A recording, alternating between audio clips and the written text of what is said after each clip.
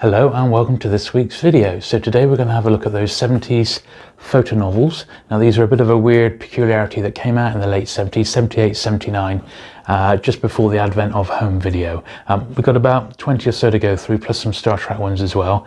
There's certainly some oddball titles in here, plus some absolute gems as well. So without further ado, sit back, relax, and let's get to it.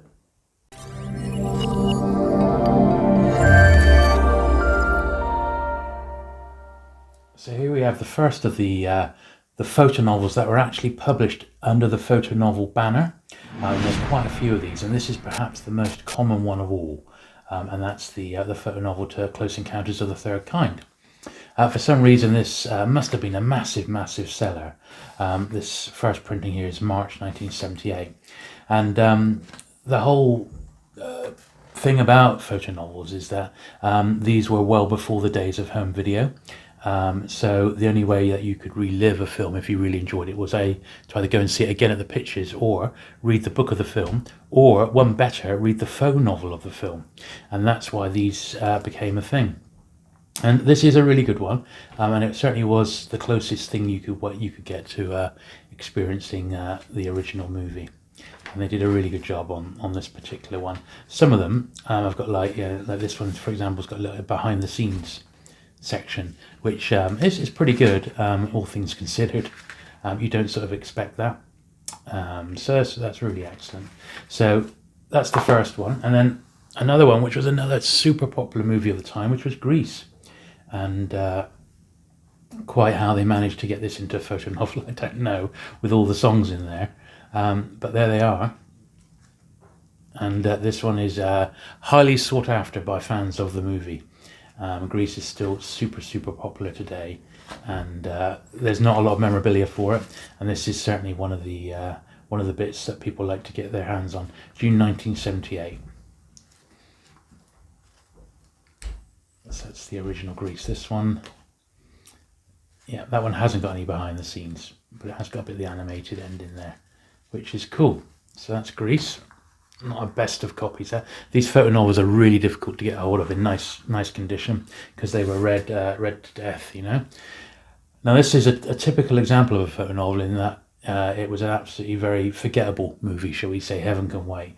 Why on earth would you want a photo novel of this? It was hardly a massive hit, but maybe, you know, they thought it was going to be, and that's why they did a photo novel of it. But it's the same sort of format that we've seen on the other two there.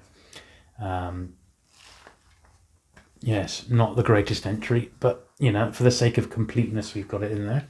The same sort of goes for this one, which is Ice Castles, which is, this was the movie that introduced Lynn Holly Johnson, who went on to be the Bond girl in For Your Eyes Only. You might recognise her from there. And she was an Olympic ice skater, I believe, who went on to become an actress for a few movies. And that's Ice Castles.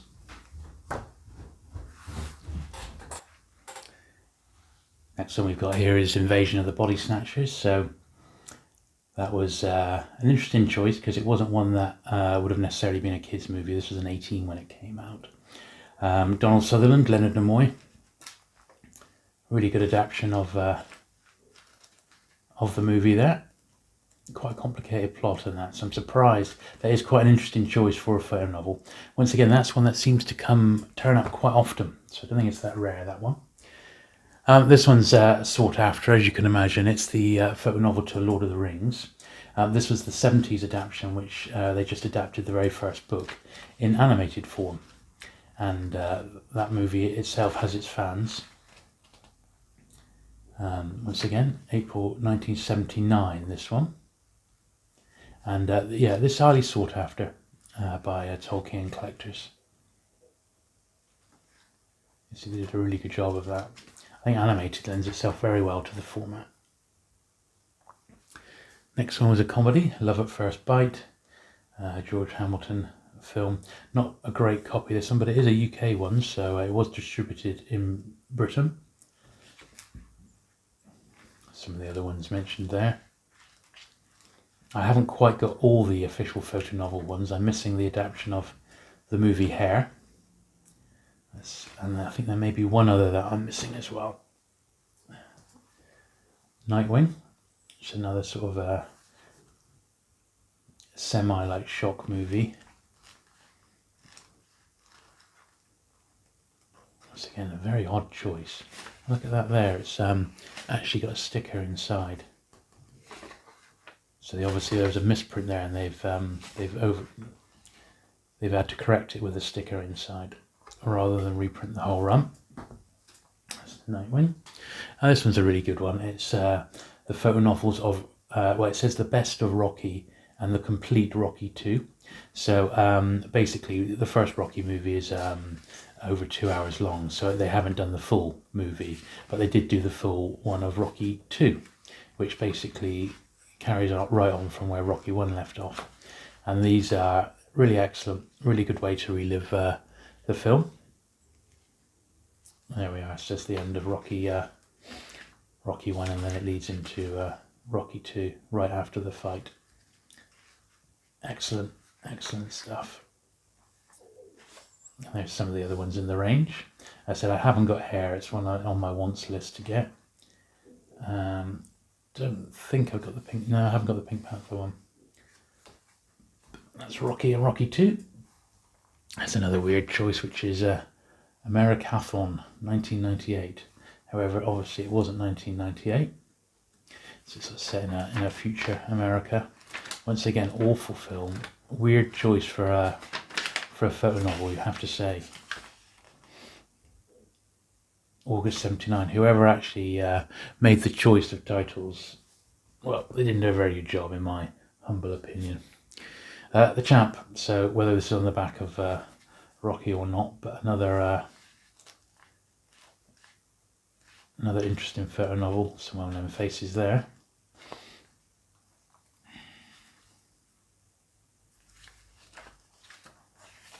There we are, Jon Voight, Faye Dunaway. The Champ. This is quite a cool one. So this is not a photo novel. It is photo with an F. This is a photo novel or a video novel, as they call it, and this is published by Pocket Books. And this is one for the Incredible Hulk, and they call it a video novel. So in actual fact, it's from the TV show, and not quite as finessed as the official photo novel ones. And this is obviously just the pilot story. Quite interesting all the same. This is around the same time, June 1979, introduction by Stan Lee. The TV origin of the Hulk, yes. It's a nice, really mint copy of that one. So I'm pleased to have that.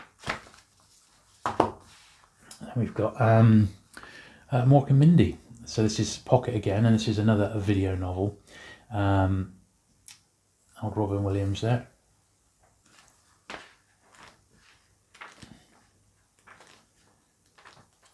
And quite good fun. Adapted a couple of episodes. I got a bit of writing in one. April 79. Yeah, pretty scarce, the Mork and Mindy one. Don't see that one very often. This one is a UK edition of Futura, and this is Battlestar Galactica, so the original TV series, photo story of that one. This is actually really good. They did a good job on this one. It's a bit more in line with the Star Trek ones, which we've got to come in a minute. So it's full colour again. That's a really nice one, that. Certainly one for the Battlestar Galactica fans, and that one came out, that was published in 1979 again, UK edition. This one here, Can't Stop the Music. This is another musical, sort of on the back of Saturday Night Fever and Grease, which starred the Village People. And this one, alas though, is black and white, so it's not quite as attractive as some of the other photo novels. Got a colour insert. Look at that. Great fun. Quite a good laugh, that one. Certainly unusual, and you don't see many of those around. Now, when I was a kid growing up, apart from the official photo novels, the ones that I remembered seeing loads of were the original Star Trek ones, and the basically Bantam Books and Corgi in the UK adapted 12 absolute classic original Star Trek episodes in photonovel form. Once again, these weren't available on home videos, so unless you caught a very rare BBC repeat of Star Trek on TV, this is the best way you could experience the stories. So they chose 12. Pretty much every one is an absolute winner. Classic Star Trek ones, and this is the first one, City on the Edge of Forever, which is my all-time favourite Star Trek one. And I quite like the end of these where they usually have a quiz like this one. So this has got an actual quiz to test your knowledge of the episode, which I found always pretty good. Glossary there of the terms. Yeah, fantastic stuff there. A little bit about interview with Harlan Ellison, the author. I mean, fantastic stuff really when you think about it. And this one was published in November 77, so slightly before some of those photonovels. Then book number 2 was Where No Man Has Gone Before. These are all in a very similar format, so I just flick through them, but you get the idea. And then number 3, another favourite, Trouble with Tribbles. Number 4 was A Taste of Armageddon. I said they did 12 in the series, and they're all pretty easy to get hold of these days. Number 5, Metamorphosis. And most of these are actually in really nice nicks. I'm quite pleased with these. Number 6, All Our Yesterdays. Yeah, I remember picking some of these up in the late 80s, still in the shops, and they were remaindered by then, like 25p each, real mint ones. I remember picking this one up in exactly that format. Number 7, the Galileo 7, which is another real classic episode. Rivalry between Spock and Bones. Piece of the Action, photonovel number 8. Also a great one. Used to love this one as a kid. Don't love it quite as much now. It's one of the more sillier ones. Almost a chance to do Star Trek on the cheap really, but on the Paramount lot. But still a good part of the collection. Number 9, there's The Devil in the Dark. I've got that classic line from Bones, I'm a doctor, not a bricklayer. Which I'll never forget. It's my favourite line in all Star Trek, is in that very one, Devil in the Dark. Number 10 is Day of the Dove, early Klingon story. This one is, interestingly, it's not got the spot varnish cover, which is a bit weird. I don't know if that's a variant or if it's just because it's a UK printing of it, possibly. It's got the 95p on the back, August 1978. I'm just going to have to make a bit of room there, so I'm just going to pop these to one side because we've got yet more to come. Number 11 here, Deadly Years. It's the one when the Enterprise crew get old.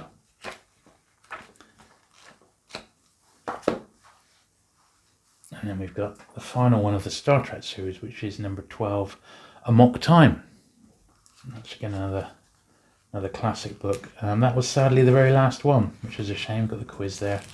Of all the 79 Star Treks, I suppose 12 was enough, but it would have been nice if they'd have done a few more. In actual fact, that one comes with a forward from DeForest Kelley. In actual fact, they did come back and do some more because Pocketbook then had taken over the rights to publish Star Trek books, and they adapted in photonovel form Star Trek the Motion Picture, so they did a really good job of this one. Beautiful colour stills. Excellent work on that one, and that's Star Trek the Motion Picture, and it was closely followed a couple of years later with the photonovel to The Wrath of Khan, possibly the greatest of the original Trek movies. Once again, they did a really good job on this, but it's sadly in black and white. What a shame they didn't put this one out in colour as well. It must just have been for the sheer expense of producing these books that they decided just to put it in black and white. And by this time, surely, I mean, it's 1982, surely this was available to rent on home video, I would have thought. Now there's just one more to show you, and it was one of my all-time favourites, but we need to make a bit of room to show it. And that is this one, which is Alien, the photo story. It's not actually called, it's just called Alien, but I always call it the Alien, the photo story.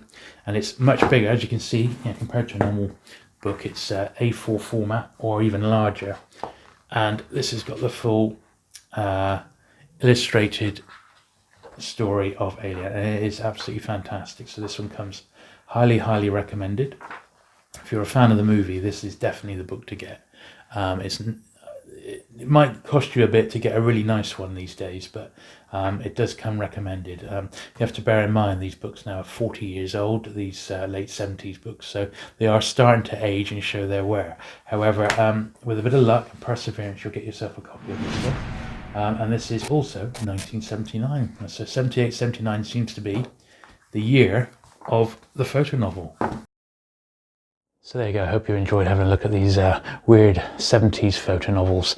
So don't forget, if you do like the content that you've seen on this channel, do give this video a thumbs up, and don't forget to subscribe for future videos like this. Thank you very much again for watching, and I'll see you soon. Bye.